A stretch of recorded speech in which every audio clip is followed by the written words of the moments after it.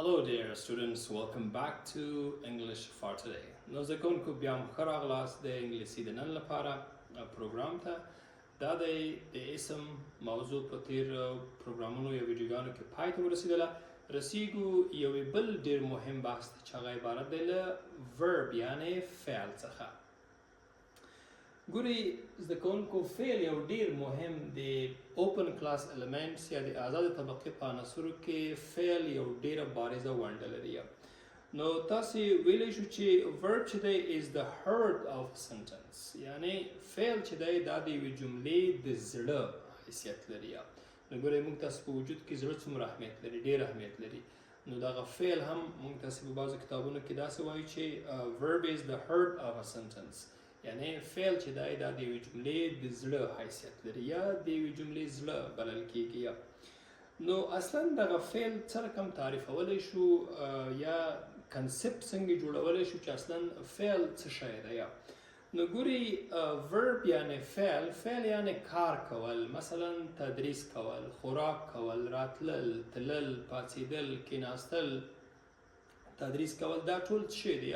دا فعلونه دي. دې ته موږ څه وایو؟ ورب ورته وایو. نو اسم وپېژندلو راځو د فعل ته، او د فعل د اهمیت په خاطر مو دومره ولوستل چې verb is the heart of a sentence، یعنی فعل چې دی دا د یوې جملې د زړه حیثیت لري. ښه دا څه ته ویل کیږي؟ یعنی فعل یعنی څه؟ درې مهم موضوعات دي چې تاسو باید د فعل په مورد یې په ذهن کې ولرئ. اوله موضوع دا ده چې verb expresses an action، فعل چې دی دا د یو عمل استازیتوب کوي یا عمل بیانوي. state یو حالت بیانوي، or an occurrence یا یو پیښه، یعنی یو څه خو رامنځته کیږي، یو پیښه خو کیږي، یعنی په فعل کې به حتما یو څه ترسره کیدونکي وي، یو څه به پیښیدونکي وي. نو په دې اساس فعل د دریو نقاطو نمایندګي کوي. فقط دومره زده کوئ چې فعل چې دی expresses action، state، occurrence. کوم خبرې؟ action، state، occurrence. بس دغه دریو نمایندګي کوي فعل. صحیح؟ دا چې action یعنی څه، state یعنی څه، occurrence یعنی څه، دا په مثالونو کې او سره د ډیر تفصیل دا دی بیانوو. ښه یو مثال لیکو، فرضاً لیکو چې Ali writes a letter. ګوره Ali writes a letter، علي یو لیک لیکي. نو ګورئ دې جمله کې Ali writes، علي لیکي، a letter یو خط. نو دلته اوس د علي سبجیکټ شو، writes دا لیکل دا یو فعل شو، او a letter دا object یا مفعول شولو، یا په مجموع کې کمپلیمنٹ یعنی د جملې بشپړونکی شو.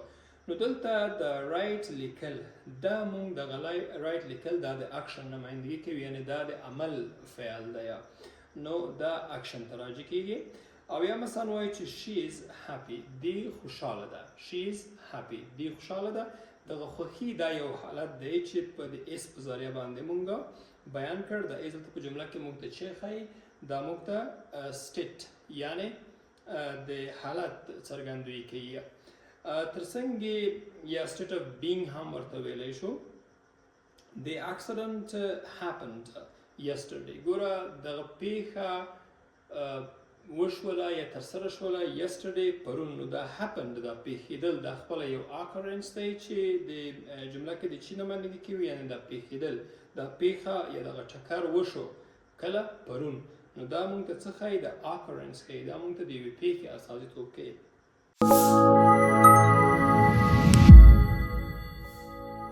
آمو مکان نخبگان